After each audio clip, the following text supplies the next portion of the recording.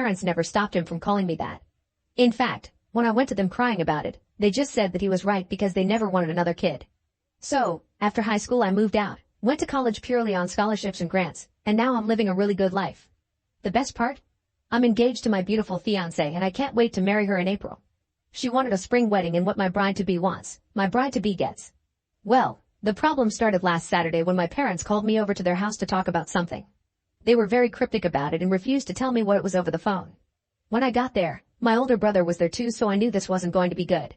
My parents sat me down and told me that my brother wants to use my wedding as the perfect day for him to propose to his girlfriend. I laughed in their faces because I couldn't believe they were asking me something so stupid, but they were dead serious. I was instantly mad and told them absolutely not. But they ganged up on me. I was so enraged and threw all the abuse and neglect I experienced for 18 years in their faces. I told them that I was miserable living with them and sometimes I wish I hadn't even been born because they clearly never wanted me. My brother laughed and mumbled, "Yeah, who would?" And that pushed me over the edge. I said that if they want to do this, then not only will they all be uninvited, but I'll also cut off the financial support I've been giving monthly since they paid to have my golden child brother go through college by taking out a second mortgage. Because even after all this abuse, I was still helping them out financially while they gave my loser brother everything he wanted, even if it meant they were going to go broke. Without me, they wouldn't have even been able to retire because my brother spent half of their retirement money on boats, an apartment that he completely trashed that ended in him getting kicked out, and my parents had to pay for all the damages he caused, and even had a failed business at some point that caused a pretty penny. I, on the other hand, landed a decently high-paying job and have been sending $1,000 to my parents monthly to help ease their mortgage. I didn't ask for a stake in the ownership of their house either because I really don't want it. It was entirely goodwill, but I can cut it off any time I want and right then and there. I really wanted to. However, it was only a threat at the time. I left soon after, really angrily might I add, but my brother came to my home the next day to yell at me that I ruined his big chance. For once in my life, my parents were siding with me and they said they'll evict him if he tries to propose at my wedding. He accused me of financially blackmailing our parents, and said that he just wanted a good chance to propose because he was afraid his girlfriend might leave him soon. I told him that was his problem, not mine, because my wedding day is not about him, and if he tries to propose at my wedding, I will have him thrown out. That's not a maybe, but a definite. Besides, I doubt his girlfriend would appreciate her proposal followed up with being tossed out by a bouncer. He yelled that this was why his parents never loved me and why they also called me a mistake behind my back. I was pretty hurt by that, but it wasn't things I didn't already know. In the end, he went crying to our grandmother, so she called me to try to convince me to let him propose. Turns out, my brother completely changed the story to make me out to be this huge villain who called him every name in the book.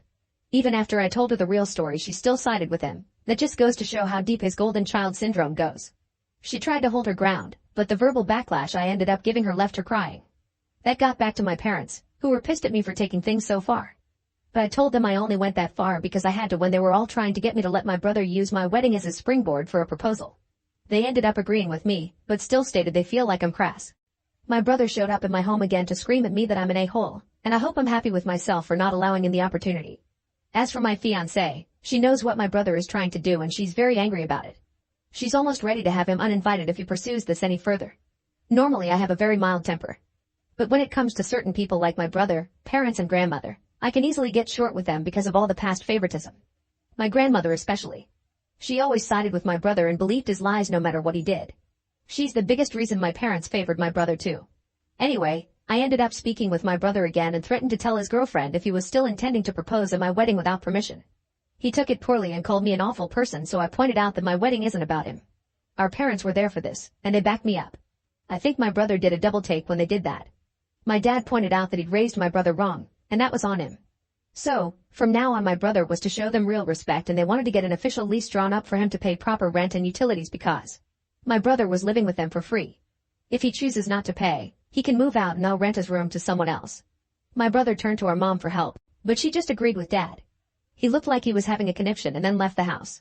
We only found out where he went 2 days later because he announced that he was moving in with grandma because she invited him.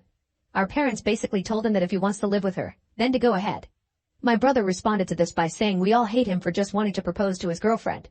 My parents pointed out that it's not that he wanted to propose, but where he wanted to do it, and he'd get no support for it. He's refusing to talk to our parents now.